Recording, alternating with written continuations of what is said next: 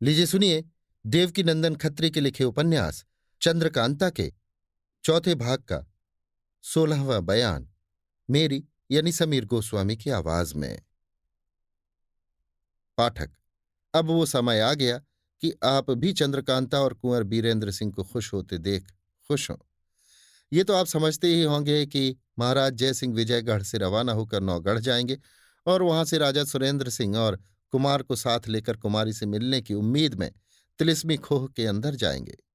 आपको ये भी याद होगा कि सिद्धनाथ योगी ने खोह से बाहर होते वक्त कुमार को कह दिया था कि जब अपने पिता और महाराज जयसिंह को लेकर इस खोह में आना तो उन लोगों को खोह के बाहर छोड़कर पहले तुम आकर एक दफे हमसे मिल जाना। उन्हीं के कहे मुताबिक कुमार करेंगे। खैर, इन लोगों को तो आप अपने काम में छोड़ दीजिए और थोड़ी देर के लिए आंखें बंद करके हमारे साथ उस खोह में चलिए और किसी कोने में छिपकर वहां रहने वालों की बातचीत सुनिए। शायद आप लोगों के जी का भ्रम यहां निकल जाए और दूसरे तथा तीसरे भाग के बिल्कुल भेदों की बातें भी सुनते ही सुनते खुल जाएं, बल्कि कुछ खुशी भी हासिल हो। कुंवर बीरेंद्र सिंह और महाराज जयसिंह वगैरह तो आज वहां तक पहुंचते नहीं, मगर आप इसी वक्त हमारे साथ उस खोह में बल्कि उस बाग में पहुंचिए जिसमें कुमार ने चंद्रकांता की तस्वीर का दरबार देखा था और जिसमें सिद्धनाथ योगी और बनकन्या से मुलाकात हुई थी। आप उसी बाग में पहुंच गए। देखिए, अस्त होते हुए सूर्य भगवान अपनी सुंदर लाल किरणों से मनोहर बाग के कुछ ऊंचे ऊंचे पेड़ों के ऊपरी हिस्सों को चमका रहे हैं। कुछ कुछ ठंडी हवा खुशबूदार फूलों की महक चारों तरफ फैला रही है। देखिए, इस बाग के बीच वाले संगमरमर के चबूतरे पर 3 पलंग रखे हुए हैं जिनके ऊपर खूबसूरत लौंडियां अच्छे अच्छे बिछौने बिछा रही हैं। खास करके बीच वाले जड़ाऊ पलंग की सजावट पर सभी का ज्यादा ध्यान है। उधर देखिए, वो घास का छोटा सा रमना कैसा खुशनुमा बना हुआ है। उसमें हरी हरी दूब कैसी खूबसूरती से कटी हुई है। यकायक सब्ज मखमली फर्श में और इसमें कुछ भेद नहीं मालूम होता। और देखिए, उसी सब्ज दूब के रमने के चारों तरफ रंग बिरंगे फूलों से खूब गुथे हुए सीधे सीधे गुल मेहंदी के पेड़ों की कतार पलटनों की तरह कैसी शोभा दे रही है। उसके बगल की तरफ ख्याल कीजिए, चमेली का फूला हुआ तख्त क्या ही रंग जमा रहा है और कैसे घने पेड़ हैं कि हवा को भी उसके अंदर जाने का रास्ता मिलना मुश्किल है।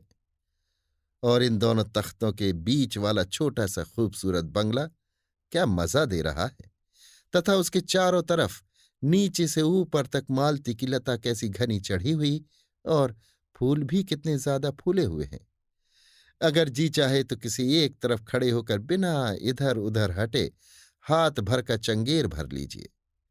पश्चिम की तरफ निगाह दौड़ाइए। फूली हुई मेहंदी की टट्टी के नीचे जंगली रंग बिरंगी पत्तों वाले हाथ 1.5 हाथ ऊंचे दरख्तों की चौहरी कतार क्या भली मालूम होती है। और उसके बुंदकीदार सुर्खी लिए हुए सफेद लकीरों वाले सब्ज धारियों वाले लंबे घूंघर वाले बालों की तरह ऐंठे हुए पत्ते क्या कैफियत दिखा रहे हैं। और इधर उधर हटके दोनों तरफ तिनकोनिया तख्तों की भी रंगत देखिए, जो सिर्फ हाथ भर ऊंचे रंगीन छिटकती हुई धारियों वाले पत्तों के जंगली पेड़ों के गमलों से पहाड़ी नुमा सजाए हुए हैं और जिनके चारों तरफ रंग बिरंगे देशी फूल खिले हुए हैं। अब तो हमारी निगाह इधर उधर और खूबसूरत क्यारियों फूलों और छूटते हुए फव्वारों का मजा नहीं लेती, क्योंकि उन 3 औरतों के पास जाकर अटक गई है जो मेहंदी के पत्ते तोड़ तोड़ कर अपनी झोलियों में बटोर रही हैं। यहां निगाह भी अदब करती है, क्योंकि उन तीनों औरतों में से एक तो हमारे उपन्यास की ताज वन कन्या है और बाकी दोनों उसकी प्यारी सखियां हैं। वन कन्या की पोशाक तो सफेद है, मगर उनकी दोनों सखियों की सब्ज और सुर्ख। वे तीनों मेहंदी की पत्तियां तोड़ चुकी, अब इस संगमरमर के चबूतरे की तरफ चली आ रही हैं। शायद इन्हीं तीनों पलंगों पर बैठने का इरादा हो। हमारा सोचना ठीक हुआ। वन कन्या मेहंदी की पत्तियां जमीन पर उछालकर थकावट की मुद्रा में बिचले जड़ाऊ पलंग पर लेट गई और दोनों सखियां अगल बगल वाले दोनों पलंगों पर बैठ गई। पाठक, हम और आप भी एक तरफ चुपचाप खड़े होकर इन तीनों की बातचीत सुने। वन कन्या। उफ, थकावट मालूम होती है। सब्ज कपड़े वाली सखी। घूमे भी क्या कम है। सुर्ख कपड़े वाली सखी दूसरी सखी से। क्या तू भी थक गई है। सब्ज सखी। मैं क्यों थकने लगी। 10-10 कोस का रोज चक्कर लगाती रही, तब तो थकी ही नहीं। सुर्ख सखी। उफ, उन दिनों भी कितना दौड़ना पड़ता था। कभी इधर तो कभी उधर, कभी जाओ तो कभी आओ। सब्ज सखी। आखिर कुमार के अय्यार हम लोगों का पता नहीं ही लगा सके। सुर्ख सखी। खुद ज्योतिषी जी की अक्ल चकरा गई, जो बड़े रम्माल और नजूमी कहलाते थे। दूसरों की कौन कहे। वन कन्या। ज्योतिषी जी के रमल को तो इन्हीं यंत्रों ने बेकार कर दिया, जो सिद्धनाथ बाबा ने हम लोगों के गले में डाल दिया है और अभी तक जिसे उतारने नहीं देते। सब्ज सखी। मालूम नहीं इस ताबीज में कौन सी ऐसी चीज है जो रमल को चलने नहीं देती। वन कन्या। मैंने यही बात एक दफे सिद्धनाथ बाबा जी से पूछी थी, जिसके जवाब में वे बहुत कुछ बक गए। मुझे सब तो याद नहीं कि क्या क्या कह गए। हाँ, इतना याद है कि रमल जिस धातु से बनाई जाती है और रमल के साथ ही ग्रह, राशि, नक्षत्र, तारों वगैरह का असर पड़ने वाली जितनी धातुएं हैं, उन सभी को एक साथ मिलाकर ये यंत्र बनाया गया है। इसलिए जिसके पास ये रहेगा, उसके बारे में कोई नजूमी या ज्योतिषी रमल के जरिए से कुछ नहीं देख सकेगा। सुर्ख सखी। बेशक इसमें बहुत कुछ असर है। देखिए, मैं सूरजमुखी बनकर गई थी, तब भी ज्योतिषी जी रमल से न बता सके कि ये अय्यार है। वन कन्या। कुमार तो खूब ही छके होंगे। सुर्ख सखी। कुछ न पूछिए। वे बहुत ही घबराए कि ये शैतान कहाँ से आई और क्या शर्त करा के अब क्या चाहती है। सब्ज सखी। उसी के थोड़ी देर पहले मैं प्यादा बनकर खत का जवाब लेने गई थी और देवी सिंह को चेला बनाया था। ये कोई नहीं कह सका कि इसे मैं पहचानता हूं। सुर्ख सकी। ये सब तो है ही है, मगर किस्मत भी कोई भारी चीज है। देखो, जब शिवदत्त के अय्यारों ने तिलिस्मी किताब चुराई थी और जंगल में ले जाकर जमीन के अंदर गाड़ रहे थे, उसी वक्त इत्तेफाक से हम लोगों ने पहुंचकर दूर से देख लिया कि कुछ गाड़ रहे हैं। उन लोगों के जाने के बाद खोदकर देखा तो तिलिस्मी किताब है। वन कन्या। उफ, बड़ी मुश्किल से सिद्धनाथ ने हम लोगों को घूमने का हुक्म दिया था, तो इस पर भी कसम दे दी थी कि दूर दूर से कुमार को देखना, पास मत जाना। सुर्ख सखी। इसमें तुम्हारा ही फायदा था।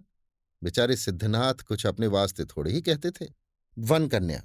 ये सब सच है, मगर क्या करें, बिना देखे जी जो नहीं मानता। सब्ज सखी।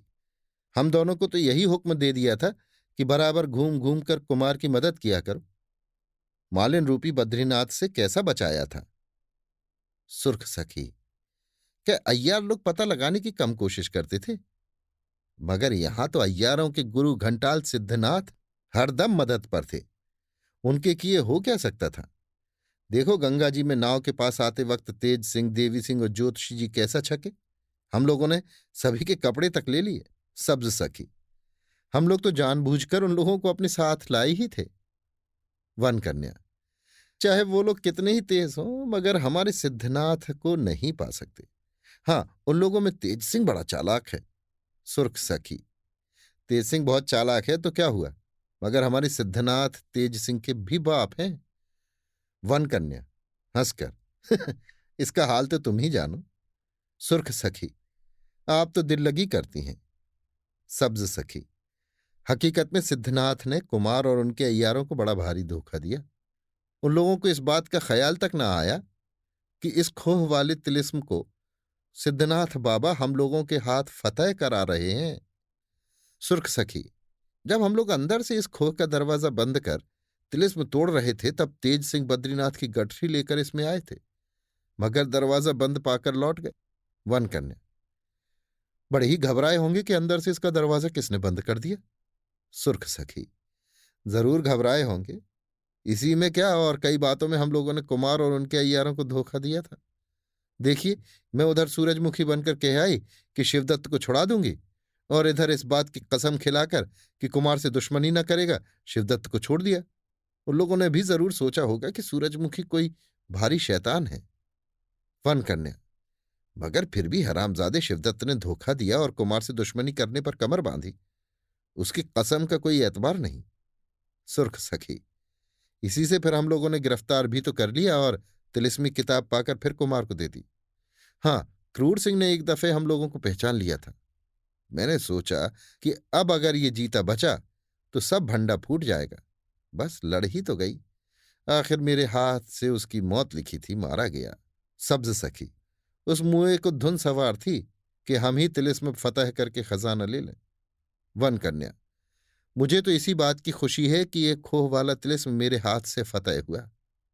सुर्ख सखी: इसमें काम ही कितना था, तिस पर सिद्धनाथ बाबा की मदद। वन कन्या: खैर एक बात तो है। अभी आप सुन रहे थे देवकीनंदन खत्री के लिखे उपन्यास चंद्रकांता के चौथे भाग का 16वां बयान, मेरी यानी समीर गोस्वामी की आवाज में।